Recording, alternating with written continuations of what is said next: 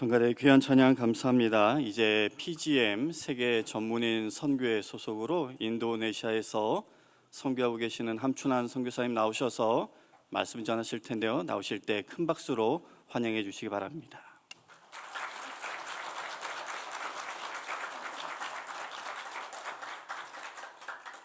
기도드리겠습니다. 사랑과 은혜가 부승하신 하나님 아버지 감사합니다. 주님의 귀한 안식일 날 주님의 전에 주님의 성전 주님의 백성들을 모시고 함께 예배드릴 수 있도록 인도하여 주시니 감사합니다. 우리의 호흡도 우리의 찬양도 우리의 믿음도 주님께서 주신 선물이고 주님께서 주신 은혜임을 다시 한번 고백하며 우리의 예배를 온전히 주님께 올려드리옵나이다. 부족한 종은 십자가 뒤에 가리우시고 오직 예수 그리스도의 영광의 나타로 인도하여 주시옵소서. 예수님 맡기게 됩니다. 아멘.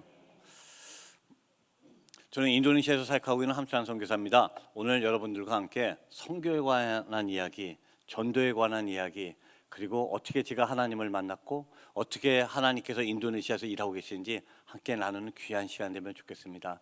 제가 오늘 찬양 드리면서 아침에 1, 2, 3부 예배 중에 오늘 3부 예배인데요. 이 앞에서 찬양하는 모습을 보면서 제가 한 분의 모습을 보고 계속 눈물이 나왔습니다. 저 뒤에 계신 이 빨간 옷 입으신 이 어르신 분인데 저를 두고 평생 기도하셨던 외할머니 생각이 나서 제가 36년 동안 주님 앞에 오지 않고 방황하고 있을 때도 저를 매일 붙잡고 눈물로 기도하셨던 외할머니, 지금 돌아가신 외할머니 생각해서 꼭 외할머니가 와서 앉아 계신 것처럼 그 모습을 보면서 얼마나 예배 드리기 전서부터 주님께서 제 마음에 감동을 주는지 모르겠습니다. 오늘 주님께서 주신 그 은혜가 우리 여러분들과 함께 나누는 귀한 시간 되면 좋겠습니다.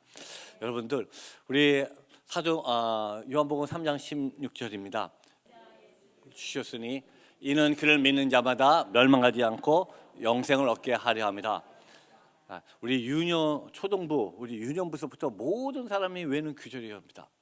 아마 기독교 주님을 영접하면 제일 먼저 외는 규절이 이 규절이 아닌가 생각합니다. 많은 분들이 얘기합니다. 선교에 대해서 여러 가지 얘기를 하시는데 저는 이 규절을 묵상하면서 이 안에 선교의 모든 정의가 있다고 나름대로 묵상해 보았습니다.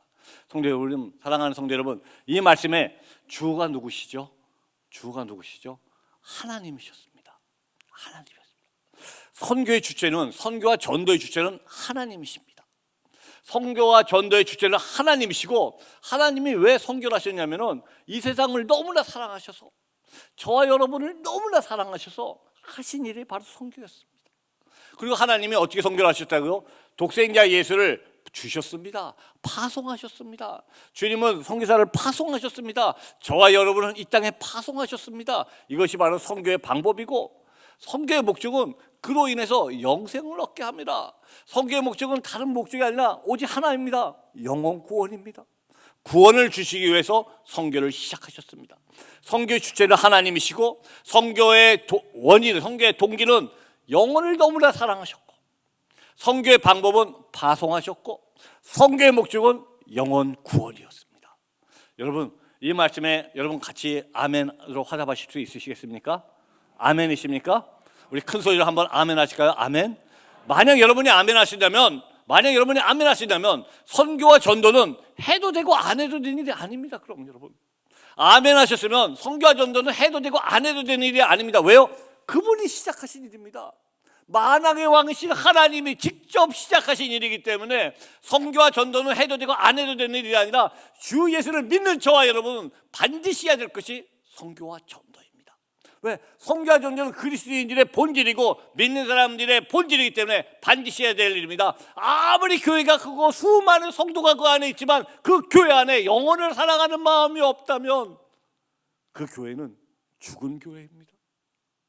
저희가 기독교인이라고 하면서 내가 교회를 30년 잘했다 40년 잘했다 내가 목사고 선교사라고 아무리 얘기하지만 그 안에 영혼을 사랑하는 마음이 없다면 그분은 죽은 그리스도인입니다. 로마서는 분명히 얘기하고 있습니다. 누구든지 그리스도 영이 없는 자는 그리스도인이 아니니라. 그리스도인이 무엇입니까? 영혼을 사랑하는 마음이에요. 교회를 아무리 오래 다니고 내가 직분이 아무리 맡고 내가 교회에서 어떤 봉사하고 중요하지가 않습니다. 그리스도인은 영혼을 사랑하는 마음을 갖고 있는 사람, 그리스도의 영을 갖고 있는 사람이 그리스도인이라고 얘기했습니다. 선교와 전도는 해도 되고 안 해도 되는 일이 아니라 반드시 해야 될 게 그거라고 생각합니다. 그럼 어떻게 해야지만 저희가 선교와 전도를 할 수 있을까요? 오늘 읽은 구절입니다. 사도행전 3장부터 6절 보면은 그가 베드로와 요한이 성전에 들어가 하면을 보고 구걸하거늘 베드로와 요한으로 더불어 주목하여 가르되 우리를 보라 하니 그가 저희에게 무엇을 얻을까 하여 바라보거늘. 이 구절은 많은 사람이 기도하고 들어갈 때 안질뱅이가 베드로와 요한을 보고 나눈 대화 이야기입니다. 수많은 사람이 기도하러 들어갈 때 안질뱅이가 베드로와 요한을 봤습니다. 그때는 단어를 보고라는 단어를 썼습니다. 근데 베드로와 요한은 그를 주목하여라는 단어를 썼고 베드로와 요한이 우리를 보라 했고 그랬더니 그가 저에게 무엇을 얻을까 하여 바라보거늘 하면서 보고 주목하여 보라 바라보거늘 똑같은 단어를 4번을 반복했습니다. 그런데 여러분 제임스 킹 영어 성경을 보신다든지 헬라 성경을 조금만 보시면은 그 뜻이 완전히 다른 단어로 쓰인 걸 보았습니다. 맨 처음에 안질뱅이가 베드로와 요한을 보고 할 때 헬라어로는 이돈, 영어로 시란 단어를 썼습니다. 그런데 놀랍게도 베드로와 요한이 안질뱅이를 주목하여 할 때는 헬라어는 아테니사시, 영어로는 게이지라는 단어를 썼습니다. 그리고 베드로와 요한이 우리를 보라 할 때는 영어로는 헬라어는 브레폰, 영어로 look at이라는 단어를 썼습니다. 그랬더니 안질뱅이가 그를 바라보고는 할 때 헬라어는 에페이센, 영어로 give attention을 썼습니다. 왜 한국어는 보고 주목하여 보고 바라보는지만 왜 영어 단어와 헬라어 단어는 완전히 다른 단어를 썼을까요? 이 말을 묵상하다가 이것이 바로 선교와 전도의 방법이라는 것을 깨달았습니다. 여러분 오늘 교회 오실 때 여러분 자동차 운전하고 오셨나요? 아니면 뭐 걸어오신 분들 계시니까요? 여러분이 오실 때 수많은 사람이 여러분 주위를 지나갔을 겁니다. 여러분 운전하고 오실 때 많은 차들이 지나갔을 겁니다. 그런데 누가 여러분 옆을 지나가는지 혹시 기억하십니까? 잘 기억 못합니다. 저도 오늘 아침에 교회에 올 때 운전하고 왔는데 누가 제 옆에 가는지 좀 기억하지 못합니다. 왜요? 우리가 시로 봤기 때문에 그렇습니다. 많은 사람이 기도하러 들어갈 때 안질뱅이도 베드로와 요한도 그 일행을 보고 막연히 쳐다봤습니다. 시는 아무런 감각도 없이 내 망막에 보이는 것을 그냥 쳐다보는 것이 바로 시입니다. 아무런 느낌도 없이 보는 것이 시였습니다. 안질뱅이는 베드로와 요한이 많은 사람 중에 한 명을 보고 막연히 시로 봤습니다. 그런데 놀랍게도 베드로와 요한은 그 안질뱅이를 뭐로 봤다고 성경은 얘기합니까? 게이지로 봤다고 얘기합니다. C를 본 게 아니라 게이지로 봤습니다. 게이지는 무슨 뜻입니까? 영혼을 사랑하는 마음을 가지고 하나님의 마음을 가지고 그 영혼을 쳐다보는 것입니다. 게이지. 이 사람은 현재 어떠한 상황에 있지? 이 사람은 무엇이 필요하지? 이 사람은 내가 무엇을 도와줘야 될지? 이 사람의 어려운 점 무엇이지? 영혼을 사랑하는 마음을 가지고 그 안질뱅이를 게이지로 봤습니다. 사랑하는 성도 여러분, 선교와 전도의 첫걸음은 여러분 주위에 있는 한 영혼 한 영혼을 C로 보지 마시고 게이지로 보시는 것입니다. 여러분 주위에 있는 영혼 한 영혼 한 영혼을 그냥 막연히 쳐다보지 마시고 영혼을 사랑하는 마음을 품으시고 하나님의 마음을 품으시고 한 영혼 한 영혼을 관심 갖고 주의 깊게 쳐다보는 겁니다. 이 사람은 어떻게 내가 도와줄 수 있을까? 이 사람의 필요한 것은 무엇일까? 영혼을 긍휼히 여기는 마음을 갖고 그들을 쳐다보는 것입니다.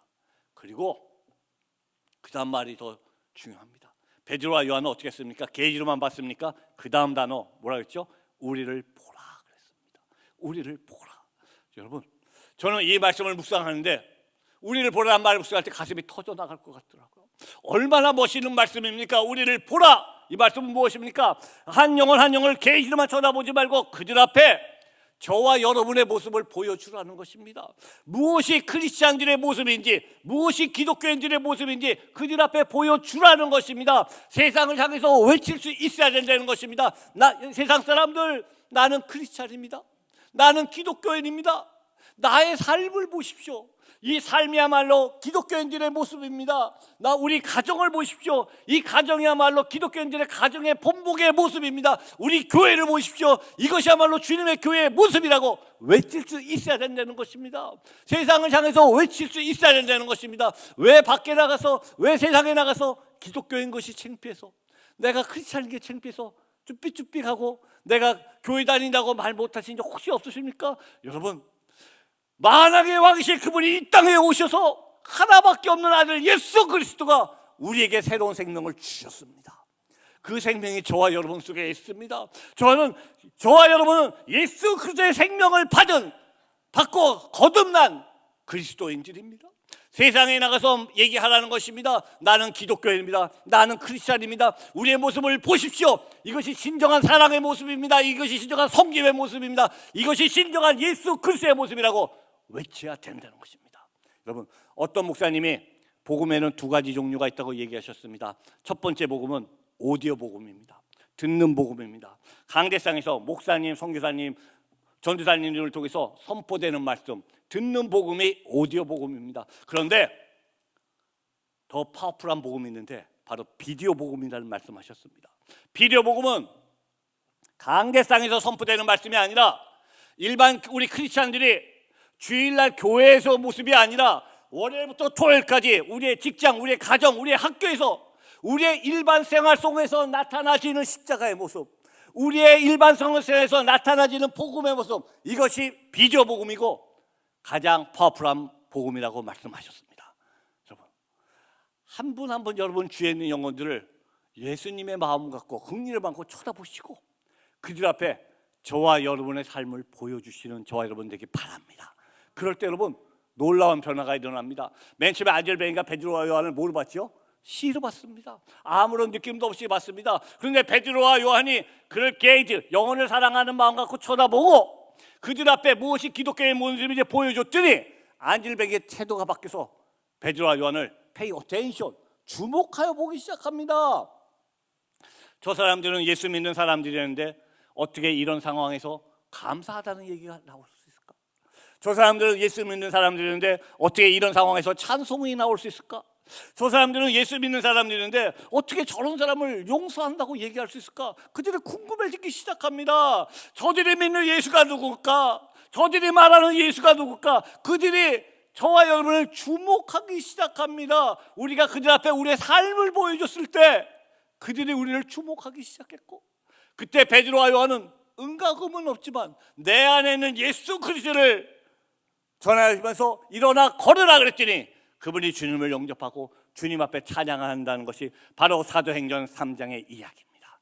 사랑하는 성도 여러분, 선교와 전도의 첫걸음은 먼저 여러분 주위에 있는 한 영혼 한 영혼을 관심을 가지고 예수 그리스도의 마음을 가지고 그들을 쳐다보시기 바랍니다. 그리고 그들 앞에 말로만 전하지 마시고 말로만 예수 믿으라고 하지 마시고 말로만 교회에 오라고 얘기하지 마시고 그들 앞에 여러분의 삶을 보여주세요. 무엇이 진정한 크리스찬들의 모습인지, 무엇이 진정한 기독교인들의 삶의 모습인지 보여주세요. 그럼 그들이 저와 여러분을 주목할 거고, 그때 은과 금은 없지만 저희 속에 있는 예수 그리스도를 나눠주는 우리 성도님들 되시길 간절히 바랍니다.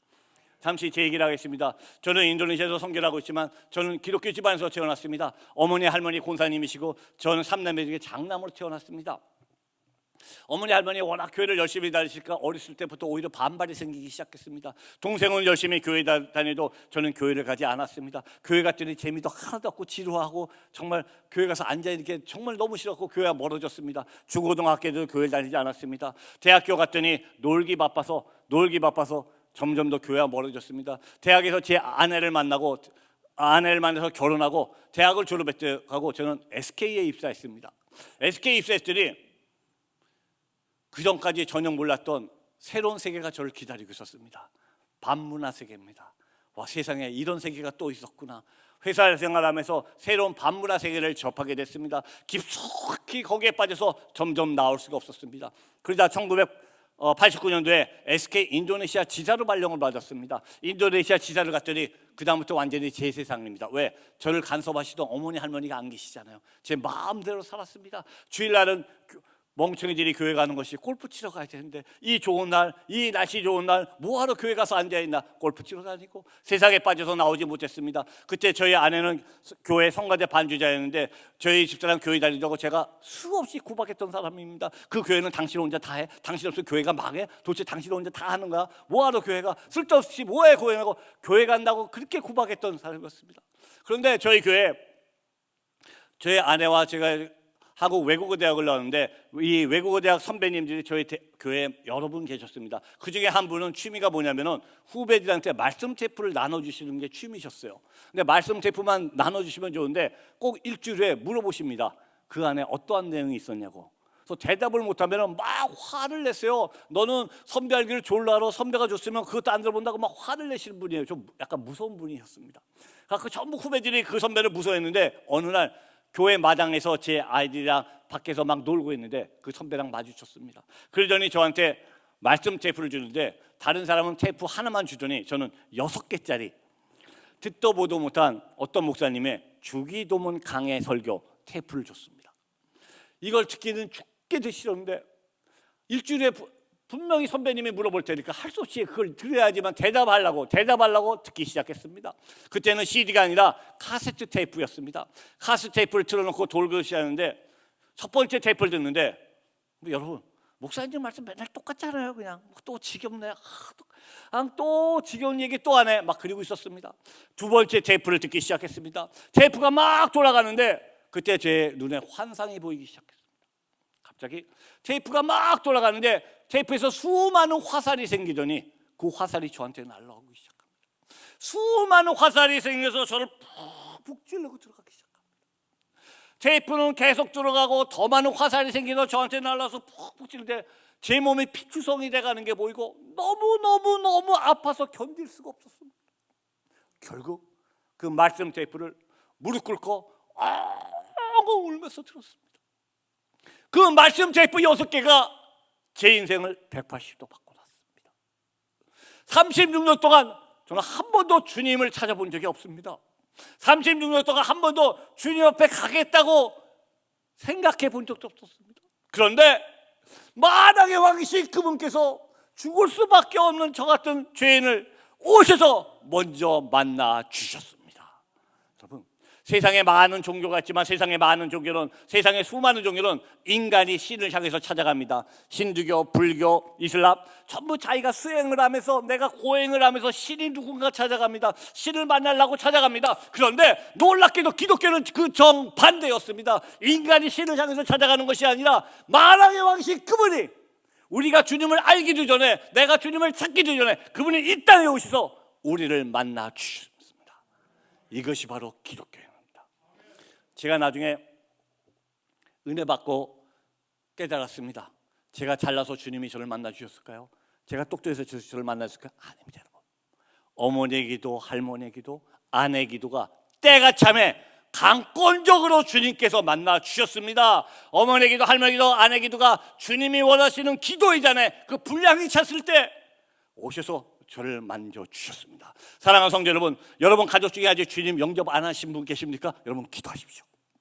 여러분 주위의 가족 중 아직 주님을 영접 안 한 분 계십니까? 기도하십시오. 분명히 우리의 기도이잖아요. 하나님이 원하시는 기도이잖아요. 기도의 분량이 찼을 때 주님께서 강권적으로 역사해 주시라 믿습니다. 왜요? 제가 그랬으니까요. 그리고 제가 은혜 받고 그 다음 날부터 저희 집사님이랑 처음으로 교회 가서 기도를 하기 시작했습니다. 교회 가서 막 기도 시작하는데 그때 저희 어머니 할머니 권사님이셨잖아요. 제가 기도하는 모습을 많이 보지 않았습니까? 저도 막 기도하기 시작했습니다. 저희 식구들 다 기도하고 저같이 식구까지 다 기도하고 기도 끝난 다음에 시간을 딱 봤더니 1분 지나가더라고요. 1분이니까 저는 기도할 내용이 없어요 도대체. 근데 옆에 분들 보니까 30분 막 1시간씩 기도하시기 시작했습니다. 너무 창피하지만 제 첫 번째 기도 제목이 뭔지 아십니까?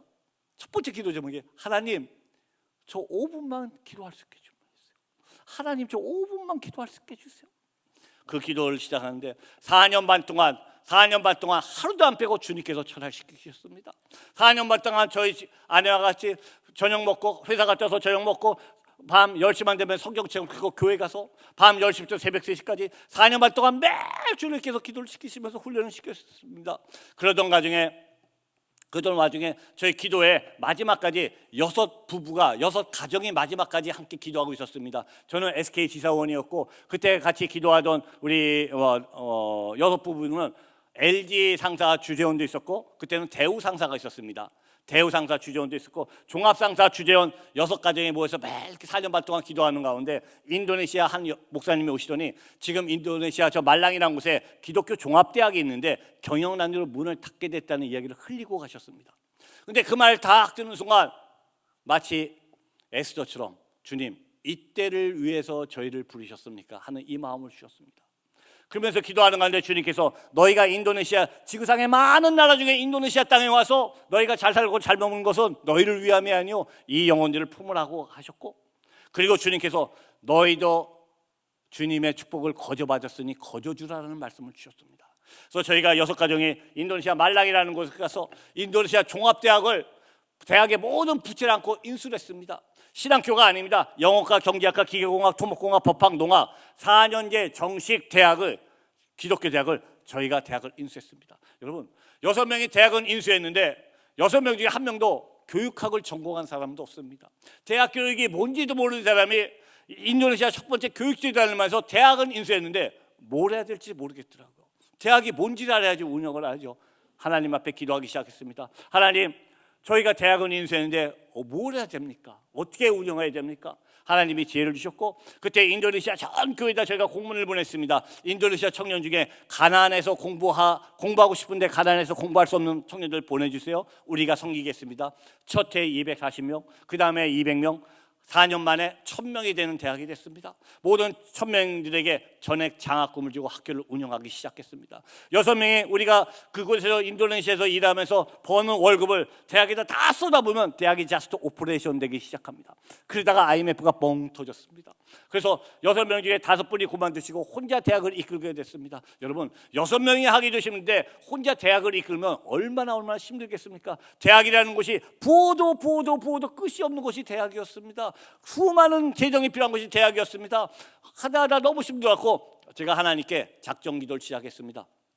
하나님, 누구든지 나를 따라오려거든 자기를 부인하고 자기 십자가를 지고 오라고 말씀하셨죠. 하나님, 제가 제 십자가 지고 가겠습니다. 하나님, 제가 제 십자가 안 지겠다는 게 아니라 십자가 질게요. 근데 십자가는 지긴 지겠는데 제가 질 만한 십자가로 바꿔주세요. 아니 하나님, 내가 안 지겠다는 게 아니잖아요. 내가 질게요. 근데 이 십자가는 무거워서 못 지겠어요. 내가 질 만한 걸로 바꿔주세요. 한 달 반을 기도했습니다. 한 달 반쯤 됐을 때 주님께서 꿈을 보여주셨어요. 꿈에 제가 십자가 지고 가는 모습을 보여주셨습니다. 근데 십자가를 쭉 지고 있는데 십자가 끝이 땅에 닿지 않고 십자가 뒤가 떠 있었습니다. 그리고 꿈에서 자세히 봤더니 맨 뒤를 헬리콥터가 들고 있더라고요. 십자가 맨 뒤를 헬리콥터가 들고 있었습니다. 그리고 십자가 앞이 어깨에 닿지도 않고 떠 있었습니다. 제 어깨에 십자가가 일자로 떠서 쭉 됐고 맨 뒤를 헬리콥터가 들고 있었습니다. 아침에 일어나서 기도하는데 하나님께서 이렇게 말씀하신 것 같았습니다. 얘야, 너 십자가 무겁다고 바꿔달라 그랬지 하시면서 그런데 너 받니? 하시더니 너 십자가 진 적 없다 하시더라고요. 너 십자가 진 적 없다. 너는 십자가 지고 가는 척만 했을 뿐이다. 그러시면서 내가 너한테 비전 주고 사명 주고 그리고 그거 네가 감당하지 못할 건 내가 다 알기 때문에 내가 다 들고 가는데 네가 왜 무겁다고 바꿔달라 그러니 마구 바꾸시더라고요. 사랑하는 성도 여러분, 때때로 여러분 교회 일하다가 가정 일하다가 어떤 일 하시다가 하나님 왜 나 혼자 무거운 짐을 지깁니까? 하소연하신 적 없으십니까? 그런데 여러분, 하나님께서 저와 여러분에게 사명 주고 비전 주셨으면 그것도 감당할 능력도 함께 주시고 그것도 감당하지 못할 것 주님이 아시기 때문에 주님이 함께 늘 들고 가시면서 함께 동행하심을 믿으시기 바랍니다. 임마누엘 하나님, 임마누엘, 내가 정녕 너와 함께하리라 한 그 하나님께서 우리의 어떤 상황에서도 하나님이 우리의 무거운 짐을 들고 주님께서 우리와 동행하고 계심을 믿으시기 바랍니다. 저희가 대학을 인수했을 때가 98년도였습니다. 그 2022년 현재 24년 동안 하나님께서 운영하셨고 지금도 이 대학이 말락에서 하나님을 찬양하면서 대학을 운영하고 있습니다. 그러던 가운데 하나님께서 15년 전에 인도네시아 순바 땅이라는 것을 만나게 되셨습니다. 순바 섬은 여러분 인도네시아 그러면 아주 푸른 초원, 아주 많은 풍요로운 땅을 생각하시지만 이 땅은 사진처럼 죽어있는 땅입니다. 물이 전혀 없어갖고 다 초목도 없고 전기도 없고 인터넷도 없고 식수도 없고 먹을 쌀도 없고 차도 들어가지 못하고 병원도 없고 학교도 없는 마을들이었습니다. 이 산을 만나게 해주셨습니다. 이 안에 들어가서 버려져 있는 영혼들이었습니다. 저희가 맨 처음에 15년 전에 이 마을에 처음 들어갔다가 한 마을을 갔더니 한 집에 시신을 4구를 모시고 있더라고요. 시신이 사진 보이세요? 시신이 그것도 하루 이틀이 아니라 11년, 6년, 5년, 3년 시신을 집에다 두고 시신이랑 같이 살아요. 그리고 아침, 점심, 저녁으로 밥을 갖다 주면서 공양하는 사람들입니다. 복음을 한 번도 듣지 못하고 조상대대로 나오는 악습, 조상대대로 미신, 조상대대로 토속신앙에서 살고 있는 사람들이었습니다. 또 한 마을을 갔더니 그 마을에 돌무대기를 쌓아놓고 비 오는 날마다 이 돌에다가 동물을 죽여서 제사를 지냅니다. 그러면서 이 돌이 자기 마을을 지키는 신이랍니다. 이 돌에다가 절을 하고 이 돌에다가 동물의 피로서 제사를 지내는 사람들이었습니다. 또 한 마을에 가다가 우연히 장례식이 있었는데 장례식을 보고 있는데 갑자기 살아있는 말을 붙잡으더니 말을 난도질해서 죽이고 말이 쓰러졌더니 말 심장을 꺼내서 죽은 사람 관 위에 갖다 놓습니다. 그래서 제가 물어봤습니다. 왜 이런 일을 하십니까? 그분들이 이렇게 대답합니다. 죽은 영혼 혼자 저승길을 가려면 얼마나 외롭겠습니까? 저승길 가는데 친구해주기 위해서 동물을 죽인대요. 그래서 부자는 동물을 많이 죽이고 가난한 사람은 새라도 한 마리 죽여서 저승길 가는데 외롭지 않게 친구해준다는 말을 들었습니다. 사람들이 산을 넘고 또 넘어가면은 또 마을이 있고 버려져 있는 영혼들이 있기 시작했습니다. 이분들은 하루에 한 끼 옥수수 밥을 먹고 삽니다. 아이들의 평생 소원이 흰쌀밥 한 번 배불리 먹어보는 거. 흰쌀밥 한 번 배불러 보는 게 이 마을 아이들의 평생 소원이었습니다. 마실 물도 없어서 극심한 가난과 굶주림 속에서 살고 있는 사람들이었습니다. 그런데 이분들 마을은 자동차가 들어가지도 못해서 자동차를 산 위에까지 가고 그 다음에 산을 걸어 들어가야만 됩니다. 아주 제일 먼 데는 왕복 7시간을 걸어서 갔다 왔습니다. 3시간 반 걸어갔다 3시간 반 걸어서 산을 넘으면서 가면은 또 마을 있고 산을 넘어가면 또 마을 있고 사람들이 거기서 모여 살고 있었습니다. 아직 복음을 전혀 듣지 못하는 마을이었습니다. 그들을 저희가 씨를 보지 않고 게이지로 보기 시작했습니다. 이들이 필요한 것이 무엇인지 그들 앞에 가서 그리고 그들 앞에 루게다스 무엇이 기독교인들의 모습인지 그들 앞에 보여주기 시작했습니다. 무엇이 크리스찬인지 보여주기 시작했습니다. 그러던 가운데 그러면은 마을 사람들이 저희들을 위해서 마을 오픈식을 합니다. 인도네시아 사람, 자기네 국민도 안 오는 이 산지에 어떻게 외국인들이 우리 마을까지 들어왔다고 이제 우리 마을을 외국인들한테 오픈하겠다고 오픈식을 하면서 저희를 받아주시기 시작했습니다. 그러던 가운데 이분들이 하나 원하는 게 있었습니다. 평생에 의사를 만나본 적이 없다고 한 번만이라도 의사를 만나보게 해달라는 거예요. 한 번만이라도 의사를 만나봐야 되고 간청을 해서 저희가 한국에 있는 한 교회를 섭외해서 의료 선교팀을 저희가 꾸렸습니다. 10년 전입니다. 한국에서 한 교회에서 의료 선교팀 60명이 왔습니다. 이 순바섬을 가려고 그러면 여러분들이 너무나 잘 아시는 국제적인 휴양지 발리에서 비행기가 타야 됩니다. 발리에서 일주일에 3번 프로펠러 비행기를 타고 저희가 순바섬에 들어갑니다. 60명이 선교팀이라서 비행기를 타러 갔더니 로컬 비행기 항공사에서 오늘 비행기가 고장났다고 내려오라 그럽니다. 그때만 해도 인도네시아 항공 사정이 안 좋아서 종종 그런 일이 많았습니다. 그 다음날 비행기를 다시 타러 갔더니 갑자기 어저께까지 있던 우리 좌석이 전부 다 캔슬됐답니다. 그러면서 언제 있습니까? 했더니 다음 주에 오라는 겁니다.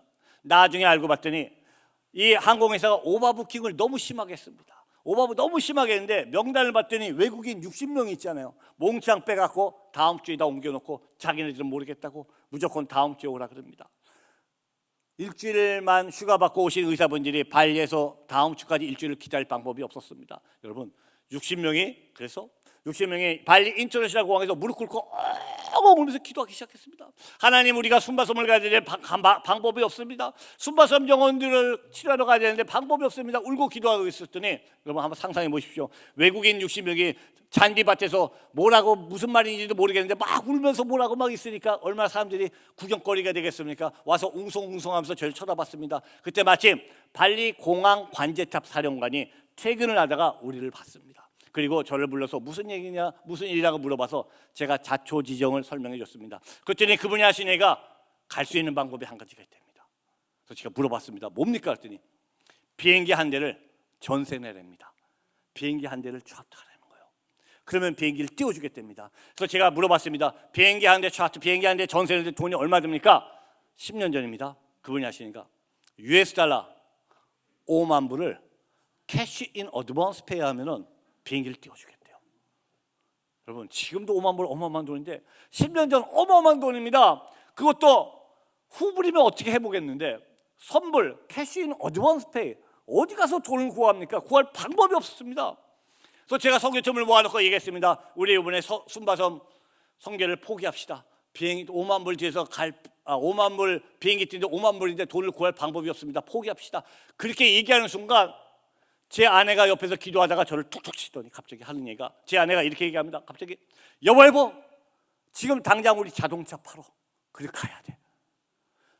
아내가 이렇게 얘기해서 제가 물어봤습니다. 아내한테 무슨 얘기하죠? 설명을 해봐. 자초지종을 좀 설명을 해봐. 그랬더니 아내가 이렇게 얘기합니다. 여보, 내가 지금 기도하고 있는데 하나님이 나한테 물어보셔. 하나님이 나한테 뭐라고 물어보시냐면은 너희가 돈을 사랑하냐 영혼을 사랑하냐 물으시오. 하나님이 지금 나한테 너희가 돈을 사랑하냐 영혼을 사랑하냐 물으셔. 그냥 우리 있는 거 다 팔어 그리고 가. 제가 그 말에 정신이 바짝 들었습니다. 어떻게 돼서 그날 중에 돈을 다 빌려와서 입금을 시켰더니 발리에는 빈 비행기가 없다고 자카르타에서 100명 타는 빈 비행기가 발리까지 날라왔고, 여기에 우리를 60명을 태우고 순바성까지 왕복도 아니고 원웨이 2시간 거리를 5만 불 들여서 가게 됐습니다. 여러분, 전 세계를 탔더니 좋은 점이 하나 있습니다. 인도네시아는 전 세계에서 가장 큰 이슬람 국가입니다. 그런데 비행기 100명 타는 빈 비행기에 우리 60명밖에 없으니까 인도네시아 민항기에서 전부 다 주여 주여 기도하면서 갔습니다. 하나님 감사합니다. 우리가 손받다니까 합니다. 막 60명 기도하고 가는데 막상 목사하고 선교사인 저는, 제가 원래 SK 종합상사 출신 아닙니까? 막 계획을 막 세우는 사람 아니었습니까? 맨 뒤에 앉아서 앞에는 주여 주여 하는데 저는 맨 뒤에 팔짱 끼고 앉아서 What a waste. 내가 미쳤지. 이건 낭비야. 아니 그때는 5천 불이면 교회를 하나 건축할 수 있었습니다. 5만 불이면 10개 교회 건축하는 돈입니다. 저는 제 머릿속에 교회 10개 건축하는 게 낫지, 그 다음에 성교는 내년에 하면 되지. 내가 미쳤지. 이거 5만 불 줘서 여길 왜 가? 여러분, 10분마다 비행기가 2시간 걸리는데 10분마다 5천 불이 막 버려지는 거예요. 얼마나 아깝습니까? 뒤에 앉아갖고 What a waste. 나는 이게 무슨 낭비야 이러고 갔습니다. 그런데 비행기가 도착하고 병원도 없고 아까 본 그 산 같은 데서 천막을 치고 정형외과 의사분들이 수술을 하기 시작했습니다. 그 숨바섬에 이렇게 혹이 달린 분들이 굉장히 많습니다. 물이 석회질이 많은 물이라서 물 먹고 혹이 달리시는 분이 많으신데 이분들을 수술했는데 놀랍게도 이런 혹들이 다 떨어져 나갔습니다. 30년 40년 달고 있던 혹들이 떨어져 나갔습니다. 그런데 이분들이 고침을 받고 다니면서 뭐라고 얘기하냐면은 우리가 고쳤다는 얘기를 안 합니다. 뭐라 그러냐면은 저 사람들이 예수 믿는 사람들이라는데 그 예수가 나를 고쳤대. 여러분, 우리 의사분들이 수술해 주는데 그분들이 다니면서 저 사람들이 예수 믿는 사람들인데 그 예수가 나를 고쳤대 하면서 마을에 다니면서 간증을 하면서 마을이 뒤집어지기 시작했습니다. 저는 그 광경을 보고 주님 앞에 회개하기 시작했습니다. 제가 왜 5만 불 줘서 아깝다 그랬죠? 저는 계산해 봤더니 이게 남는 장사가 아니거든요. 미친 장사거든요. 성교도 계획적으로 해야지, 이성적으로 해야지, 막문의 것이 이게 아니라고 생각했는데 하나님은 영혼을 너무나 사랑하셔서, 저와 여러분을 너무나 사랑하셔서 5만 불이 아니라 50만 불이 들었어도 하나님은 가기를 원하셨고 그 영혼을 구원하기 원하심을 깨달았습니다. 하나님이 사랑하시는 건 영혼이지 우리의 물질이 아니라는 걸 깨달았습니다. 여러분, 하나님이 저처럼 계산하시는 분이었다면, 저처럼 계산하시는 분이었다면 죽으러 빤히 가는 독생자 예수를 이 땅에 보내셨겠습니까? 하나님이 아무리 계산을 해도 남는 장사가 아닌데 죽으러 가는 독생자 예수를 이 땅에 보내셨겠습니까? 하지만 하나님은 저와 여러분을 너무나 사랑해서, 영혼을 너무나 사랑해서 하나밖에 없는 그 아들을 이 땅에 보내시고 죽이셨습니다. 사랑하는 성도 여러분, 우리가 선교하고 전도할 때 우리의 시간이 필요합니다. 우리의 물질도 필요합니다. 우리가 어떠한 하나님의 일을 결정할 때 우리의 물질과 시간이 필요합니다. 그런데 여러분, 그것에 제한돼서 여러분의 행동을 제한하지 마시고 먼저 영혼 구원에 초점을 맞추시는 저와 여러분 되기 바랍니다. 저와 여러분이 영혼 구원에 먼저 초점을 맞추고 영혼 사랑에 초점을 맞췄을 때 어떠한 물질적 제한도, 어떠한 시간도 제한도 뛰어넘고 하나님은 일해 주시라 믿습니다. 마을이 뒤집어지기 시작했습니다. 많은 사람들이 주님 앞에 오기 시작했습니다. 순바섬에는 많은 아이들이 고통을 받고 있습니다. 한 번도 병원을 가지 못해서 왼쪽에 있는 아이는 머리가 점점 커지는 병이 있었습니다. 수두증입니다. 머리 안에 물이 차면서 머리가 점점 커졌습니다. 이때 이 아이를 빨리 저희가 데리고 가서 수술을 시켜줬어야 되는데 그때 마침 저희가 필요한 재정이 없어갖고, 필요한 재정이 준비가 안 돼갖고 다음 달에 와서 하고자 했었는데 그 다음 달 한 달 기다리지 못하고 이 아이가 하나님이 데려가셨습니다. 수술비를 마련하지 못해서 이 아이가 한 달을 기다리지 못하고 들어갔을 때 얼마나 하나님 앞에, 하나님이 영혼을 이렇게 사랑하시는데 이렇게 한 영을 구원하지 못했던 죄책감이 들었습니다. 옆에 있는 아이는 이 아이는 어느 날 이 아이를 발견했는데 이 아이의 복수가 차기 시작했습니다. 순바섬 산속에 있는 아이였습니다. 애가 배가 이렇게 넘어서 복수가 차기 시작했습니다. 이 아이를 갓난아기 때 그때 경험이 있어서 재정이 준비되든 안 되든 무조건 데리고 저희가 발리로 데리고 나왔습니다. 병원 가서 진료를 4일 동안 받았습니다. 그랬더니 의사의 결과가 나오는데 이미 이 안에 암이 다 퍼져갖고 복수가 차서 더 이상 해줄 일이 없다 그럽니다. 더 이상 손쓸 방법이 없습니다. 그래서 이 아이를 기도해 주면서 이 아이가 돌아갈 때 얘기했습니다. 이 아이 이름이 닝씨였는데 닝씨야 너무나 미안하다. 우리가 더 이상 해줄 게 있는 게 없다. 기도밖에 해줄 수가 없다. 너를 고쳐줄 수 없다고 얘기했더니 이 닝씨가 뭐라고 했냐면 선교사님 그런 얘기하지 마십시오. 저는 이 아이는 16살이었는데 지난 16년 중에 지난 4일이 가장 행복했습니다. 처음으로 테레비라는 것을 봤고 처음으로 전기가 뭔지 알았습니다. 처음으로 이렇게 좋은 방에서 잡았고 처음으로 수도꼭지에서 물이 나오는 걸 봤습니다. 지난 4일이 너무너무 행복했습니다. 미안하지 마십시오. 그리고 이 아이가 돌아갔습니다. 그리고 그해 12월에 하나님이 데려가셨습니다. 그런데 데려갔을 때 그 다음 해 1월 달에 이 마을에 가서 예배를 드리는데 한 번도 교회에 나오지 않았던 이 아이의 부모가 교회를 왔습니다. 그러면서 제 손을 붙잡고 이렇게 합니다. 선교사님, 우리 딸이 마지막 순간까지 그때 4일간의 발리에 있었던 일을 잊어버리지 못합니다. 그리고 저한테 이렇게 얘기하더라고요. 아빠 엄마 정말 날 사랑해? 내가 정말 너 사랑한다 그랬더니 이 아이가 이렇게 합니다. 아빠 엄마 그렇게 사랑하면 나 다시 만나야 되지 않아? 나 다시 만나려면 아빠 엄마 교회 와야 돼.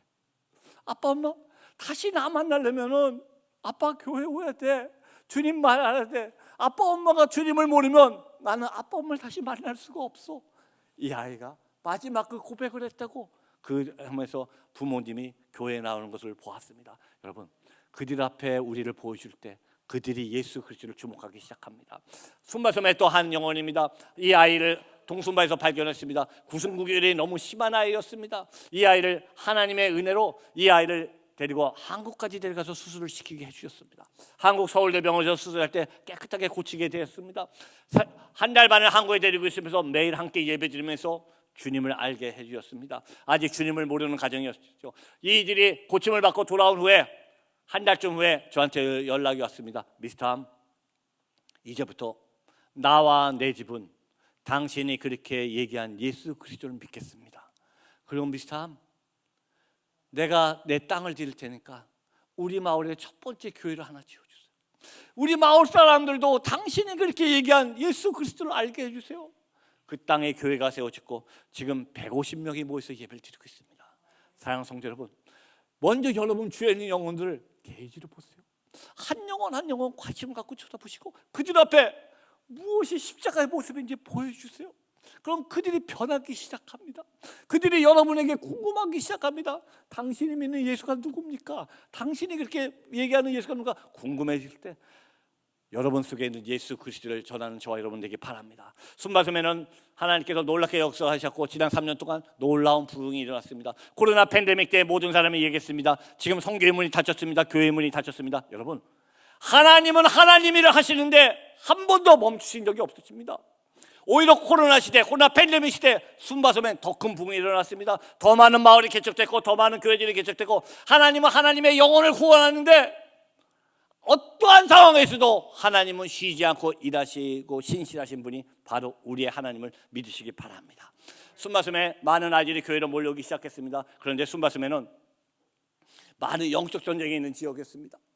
한 번은 이들이 동물의 피로 제사를 계속 지내는 마을이었기 때문에 굉장히 영적 전쟁이 심한 거였습니다. 한 번은 한국에서 30명이 된 청년들이 선교를 왔습니다. 이 청년들과 막 각 마을 가서 예배를 드리다가 한 마을에 가서 예배 드리고 나오는데 마침 현지 목사님이 귀신 들린 현지 분을 데리고 오셨습니다. 그리고 우리 보고 기도를 해달라고 했습니다. 그래서 30명이 돼서 막 열심히 기도했습니다. 열심히 기도하고 나와서 그 다음 날 다른 곳에서 막 사역하고 있는데 아침에 30명이 모여서 막 기도하고 있는 가운데 갑자기 그렇게 찬양자라고 그렇게 기도 잘하던 한 남자 청년이 딱 쓰러지더니 갑자기 앞을 보지 못합니다. 선교사님, 앞이 안 보여. 앞이 안 보입니다. 그러면서 선교사님 앞이 안 보여요. 하면서 더듬더듬대기 시작합니다. 그러면서 선교사님 귀에서 이상한 소리가 들려요. 내 귀 좀 잘라주세요. 내 귀를 잘라주세요. 막 소리 지르면서 어두운 데 가서 막 소리 지르기 시작합니다. 앞이 안 보여서 엉금엉금대고 있고, 우리가 그 청년을 위해서 막 기도하고 또 한쪽에는 또 계속 사역도 하면서 하루 반쯤 이 청년을 데리고 다니면서 기도하면서 사역을 하고 있었습니다. 하루 반쯤 됐을 때 이 청년이 얘기하더라고요. 이제 뭔가 희미하게 뭔가 보인대요. 그런데 그때 바로 그 옆에 있는 자매가 딱 쓰러지더니 또 앞이 안 보입니다. 선교사님 앞이 안 보여요. 귀를 막고 막 소리 지르기 시작합니다. 그래서 제가 물어봤습니다. 너 도대체 왜 그래? 그랬더니 저한테 너희들 여기 왜 왔어? 빨리 가. 안 가면 나 죽여버릴 거야. 막 소리 지르기 시작합니다. 그런데 제 옆에 있는 인도네시아 목사님이 인도네시아 말로 물어봤습니다. 이 자매한테. 그랬더니 한국에서 바로 온 자매가 유창한 인도네시아 말을 합니다. 여러분 이해가 되십니까? 한국에서 바로 온 자매가 유창한 인도네시아 말로 너희들 여기 왜 왔어? 왜 와서 나를 못 살게 굴어? 너희들 빨리 가 죽여버릴 거야! 막 소리 지르기 시작합니다. 여러분 며칠 전에 우리가 귀신 들림 현지분 기도해 주고 왔잖아요. 그 악한 영이 우리 쪽으로 들어왔습니다. 귀를 막고 너무너무 괴로워합니다. 제가 손을 치고 막 기도해 줬습니다. 너 하나님의 자녀야. 너 기도해야 돼. 너 기도해야 돼. 그리고 이런 상황이 벌어져서 너무 놀라서 한국에 이 청년들을 보낸 교회에다가 제가 문자를 보냈습니다. 이러이러한 상황이 벌어졌습니다. 그랬더니 한국의 이 청년들을 보낸 교회 선교위원장 집사님이 저한테 문자가 왔는데, 선교사님 어떻게 해요? 걱정되시겠습니까? 네. 걱정되시겠습니다. 어떡하죠? 이런 말을 한마디도 없이 뭐라고 온지 아십니까? 그대로 말씀드릴게요. 선교사님 절대로 지지 마세요. 오늘 새벽부터 우리 교회에서 1000명이 모여서 기도하기 시작합니다. 절대로 지지 말고 승리하세요. 이렇게 문자를 보는데 이 문자를 읽는 동안 눈물이 두수수 떨어지더라고요. 여러분 1000명이 모여서 기도하면다는 이 말에 천군 천사가 쫙 올라 그런 느낌을 받았습니다. 여러분 이것이 중보 기도의 힘입니다. 여러분이 왜 모여서 기도해야 됩니까? 왜 우리가 모여서 함께 기도해야 됩니까? 물론 여러분의 가정, 여러분의 자녀를 위해서 기도해야 됩니다. 그런데 여러분 모여서 기도하실 때 먼저 여러분이 섬기시는 교회를 위해서 기도하시고, 여러분이 섬기시는 목회자들을 위해서 기도하시고, 여러분이 섬기시는 선교지를 위해서 기도하시는 저와 여러분들에게 바랍니다. 여러분 우리가 기도할 때, 여러분들이 함께 기도할 때 선교지에서 쓰러져가는 영적 전쟁에서 승리하게 되리라 믿습니다. 선교는 후원이 아닙니다. 여러분 후원은 해도 되고 안 해도 되는 것이 후원입니다. 내가 넉넉할 때는 하고 내가 부족할 때는 안 해도 되는 게 후원입니다. 하지만 선교는 후원이 아니라 동력입니다. 선교사는 선교지에서 일하고, 목회자는 목회 현장에서 일하고, 여러분도 기도로 함께 동역하는 것입니다. 여러분은 후원만 하는 것이 아니라 함께 기도로 매일매일 하나님의 나라를 확장시켜 나가는 것이 바로 여러분들의 중보 기도의 힘이라고 믿습니다. 순바섬에 현재 이슬람 세력이 마구 들어오고 있습니다. 코로나 시대에 많은 분들이 얘기했죠. 인터넷 온라인 예배드리라고. 순바섬에는 전기도 없고 인터넷도 없습니다. 무슨 수로 온라인 예배를 드리겠습니까? 아무리 코로나로 마을이 봉쇄돼도 거의 뚫고 다니면서 예배를 한 번도 쉰 적이 없습니다. 영적 전쟁에서 승리하기 위해서 그 코로나를 뚫고 다니면서, 순바섬에도 코로나가 들어와서 많은 분들이 돌아가셨고 우리 현지 사역자분도 돌아가셨습니다. 하지만 하나님은 하나님의 일을 한 번도 멈추신 적이 없고 지금도 계속하고 계셨고 하나님이 원하시는 영혼들을 계속 찾고 계셨습니다. 저희가 성지는 한센인 마을입니다. 자카르타에 한센인들이 1000명, 1500에서 2000명 정도 모여 살고 있습니다. 이들은 이슬람 분들입니다. 저는 평생에 한센인 마을 사역하겠다고 한 번도 생각해 본 적이 없습니다. 한 9년 전입니다. 제 아내랑 우연히 한센인 마을을 보게 됐습니다. 방문하게 됐습니다. 그래서 한센인 마을에 방문해서 보는데, 저는 매 한센인 분들이 다리 잘리고 썩어 들어가고 막 피고름이 흐르니까 냄새가 나고 무서워서 뒤에서 이렇게 쳐다보고 있었습니다. 그런데 갑자기 제 아내가 한 명 앞으로 가더니 한센인 여자분 한 명을 껴안고 머물면서 기도를 해주는 겁니다. 그럼 목사고 선교사인 제가 은혜를 받아야 되는 게, 은혜를 받는 게 아니라 어떤 마음이었냐면요, 아니 이 여자가 왜 아무 데서나 나서지? 왜 아무 데서나 이렇게 막 행동을 막 하지? 화가 났습니다. 그래서 집에 돌아가는 차에서 제가 막 화를 냈어요. 아니 당신 생각을 해야 될 거 아니야. 아무나 껴안으면 어떡해? 그러다 어떻게 되면 어떡하려고 생각도 안 하고 왜 이렇게 마음대로 해? 그랬더니 그 말에 대꾸는 안 하고 뭐라 그러냐면은 이 사람들도 하나님의 형상으로 만들었잖아. 하나님의 형상으로 만든 사람이 고통받는 게 너무 가슴 아파. 이 말을 하는데 그 말이 비수와 같이 찔렀고 돌아가는 차 안에서 하나님 이 영혼들을 우리가 품겠습니다 해서 들어가기 시작했습니다. 이분들은 이슬람뿐이고 한센병임에서 우리가 기독교에서 우리를 받아주지도 않았습니다. 그런데 우리가 게이지를 보기 시작했고 그들 앞에 우리를 보여주기 시작했습니다. 이들이 받아주든 안 받아주든 꾸준히 매 정기적으로 들어가서 이들을 치료해 주기 시작했고 이들의 자녀들을 위해서 기도해 주기 시작했고 이들의 자녀들이 고등학교까지 나올 수 있도록 사랑으로 가르쳐주면서 기도해 주기 시작했습니다. 그랬더니 이분들 마음의 문이 열리기 시작했습니다. 이분들 마음의 문이 열리기 시작해서 이들이 원하는 것이 있었습니다. 미스터 우리가 제일 원하는 건 한 번만이라도 소풍을 좀 한번 가게 해주세요. 이분들은 길거리에서 구걸하시는 분들입니다. 길거리에서 구걸하다가 낮에는 뜨거운 아스팔트에서 구걸하다가 복수가 쳐서 죽기도 하고 밤에는 자동차에 치여서 죽으면 쓰레기장에 버려지시는 분들입니다. 이분들이 원하는 게 한 번만 해도 마을을 벗어서 소풍을 가보고 싶다는 거예요. 그래갖고 약 8년 전인가요? 그래서 240명 한센인분들을 모아서 저희 부부가 데리고 소풍을 가게 됐습니다. 그러니까 우리나라만 민속촌 같은 데를 데리고 왔습니다. 가서 이분들을 같이 점심도 먹고 밥도 먹고 또 예배도 드리고 선물도 주고 구경도 많이 했습니다. 그리고 돌아오는 차에서 제가 물어봤습니다. 오늘 뭐가 제일 즐거웠어요? 어떤 사람은 오늘 맛있는 거 밥 먹은 거, 어떤 사람은 선물 받은 거, 어떤 사람은 구경한 거 얘기하는데 마지막 한 분이 이런 얘기를 하더라고요. 저는 오늘 처음 내가 인간이었구나, 나도 인간이었구나 하는 말을 처음 느껴봤습니다. 내가 인간이었다는 것을 깨닫고 너무 기뻤습니다. 사랑하는 성도 여러분, 하나님 비록 이슬람이고 비록 한센인병이지만 하나님의 사랑하는 영혼들이었습니다. 하나님의 형상으로 만든 사람이었습니다. 하나님께서 이들 마음을 만지시면서 하나님이 이를 움직이셨습니다. 아이들이 히잡을 쓰고 있는데도 이제 당신이 말하는 예수 이름으로 기도해달라고 고개를 내밀기 시작했습니다. 또 이들이 필요한 것이 있었습니다. 의족이었습니다. 다리가 잘려서 걷지 못하는 사람들 의족을 제공해 줬더니 너무너무 좋아하십니다. 의족이 있어서 멀리 먼 마을까지 가서 구걸하는데 새로운 마을을 갈 수 있어서 너무 좋다고 이 다리를 받으시고 좋아하셨습니다. 지난 3년 동안 하나님께서 이 저희가 섬기는 한센인들 중에 13분이 돌아가셨습니다. 그중에 11분은 주님을 다 영접하셨습니다. 2분은 영접을 안 하신 게 아니라 못 시켜드렸습니다. 매우 부끄러운 간증입니다.